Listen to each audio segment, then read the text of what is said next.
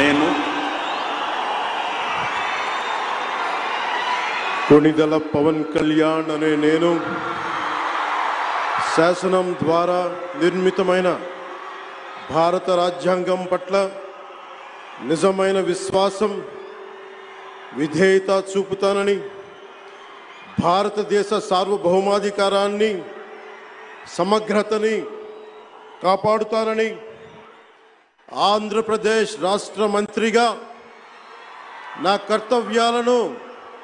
శ్రద్ధతో అంతఃకరణ శుద్ధితో నిర్వహిస్తానని భయం గాని పక్షపాతం గాని రాగద్వేషాలు గాని లేకుండా రాజ్యాంగాన్ని శాసనాలని అనుసరించి ప్రజలందరికీ న్యాయం చేకూరుస్తాను.